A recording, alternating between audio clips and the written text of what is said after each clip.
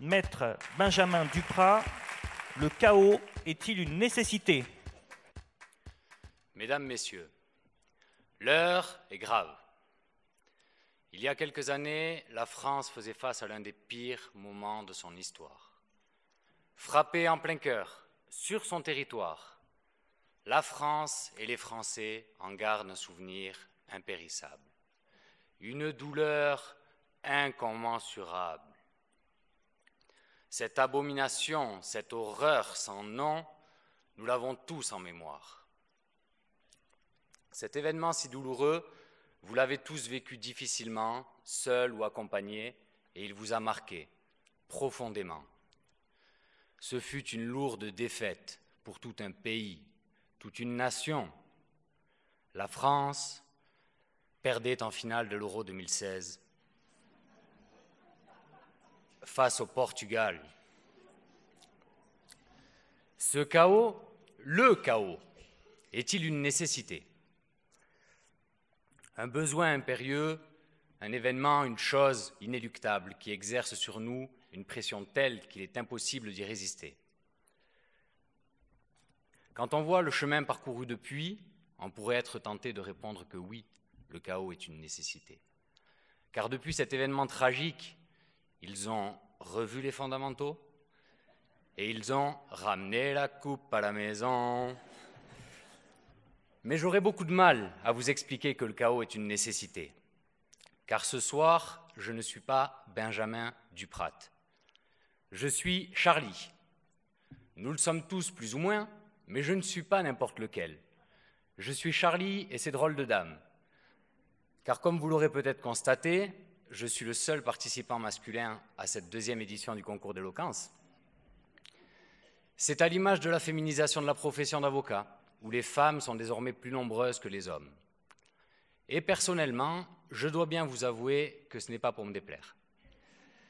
Car c'est un réel plaisir que d'être entouré d'autant de femmes. Elles qui sont compétentes, intelligentes, magnifiques, mystérieuses et indispensables.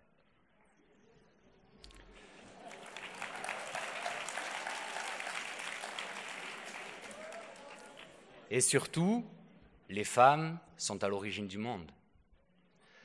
Tout comme le chaos.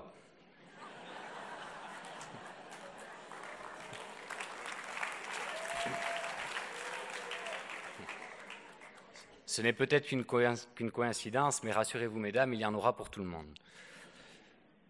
En effet, pour les anciens, et je ne parle pas là des moins jeunes d'entre nous ce soir, mais bien des Grecs anciens, ceux de l'Antiquité, le chaos préexistait à toute forme de création. Il était le chaos originel, l'équivalent de notre Big Bang actuel.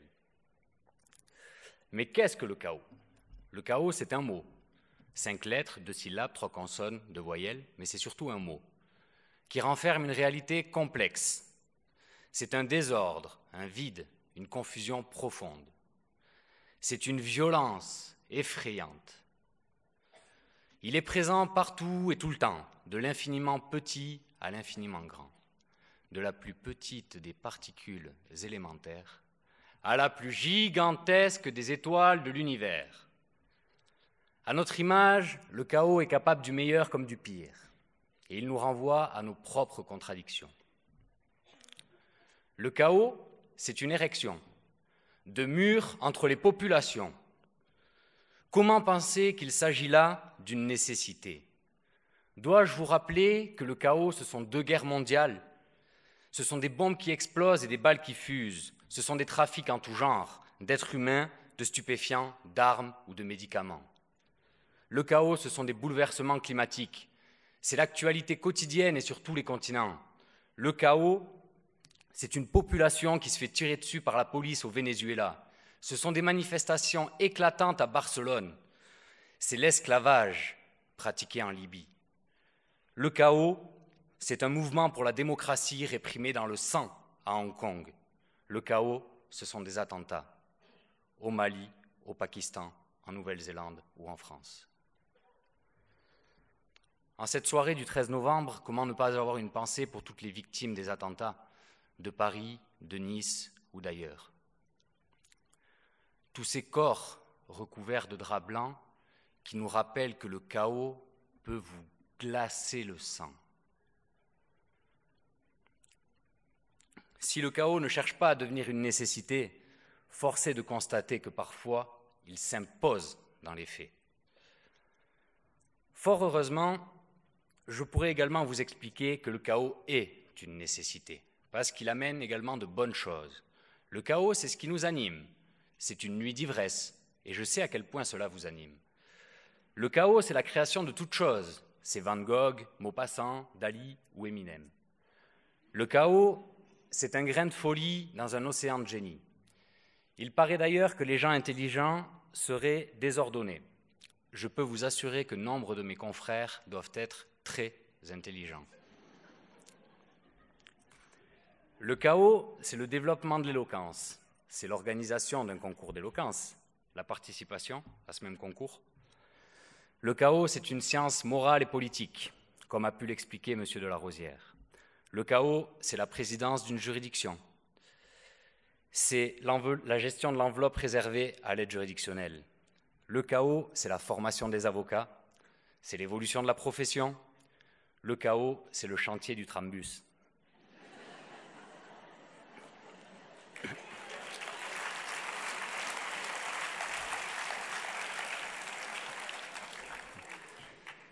Le chaos, c'est une procédure pénale menée par la police nationale.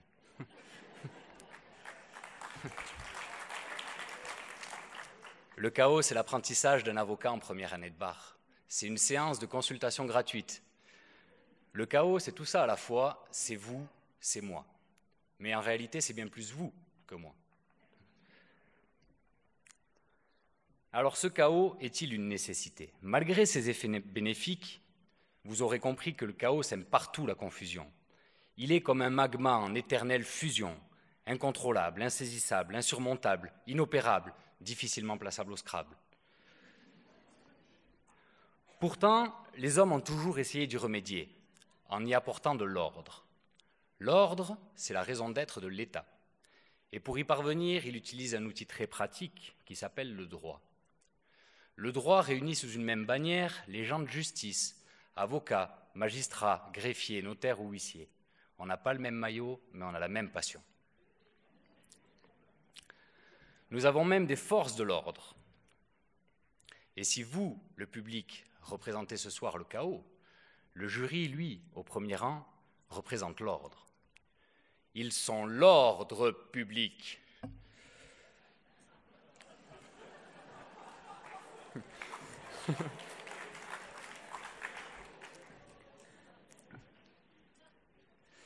Nous avons même inventé une théorie du chaos, plus communément appelée l'effet papillon. Qu'est-ce que c'est l'effet papillon? C'est une augmentation du prix de l'essence qui, en France, provoque des semaines de manifestations, des débordements insensés et qui nous fait oublier le sens premier du gilet jaune, assurer l'ordre et la sécurité routière. Mais si l'effet papillon était un homme, il se nommerait Mohamed Bouazizi. Ce vendeur ambulant tunisien qui, en 2010, s'est immolé par le feu pour protester contre les conditions de vie et la pauvreté en Tunisie. Son geste provoqua des semaines, des mois de contestation en Tunisie et dans de nombreux autres pays arabes, ce qui entraîne la chute de plusieurs dictateurs qui étaient au pouvoir depuis des décennies, sauf en Syrie, où ils ont hérité d'une guerre qui dure depuis plus de 8 ans, qui a fait des milliers de morts et qui a débouché sur l'avènement d'un califat islamique d'une barbarie d'un autre temps. Tous ces événements ont conduit de nombreuses personnes à fuir leur pays pour trouver un refuge, notamment en Europe, où nous avons les plus grandes difficultés à gérer cet afflux massif de population. Ça entraîne évidemment la montée des partis d'extrême droite dans tous les pays d'Europe et notamment en France, où nous avons retrouvé le Rassemblement national au second tour de l'élection présidentielle. Alors si Mohamed Bouazizi est à l'origine de tous ces événements, Marine Le Pen aurait au moins pu dire « Merci Mohamed ».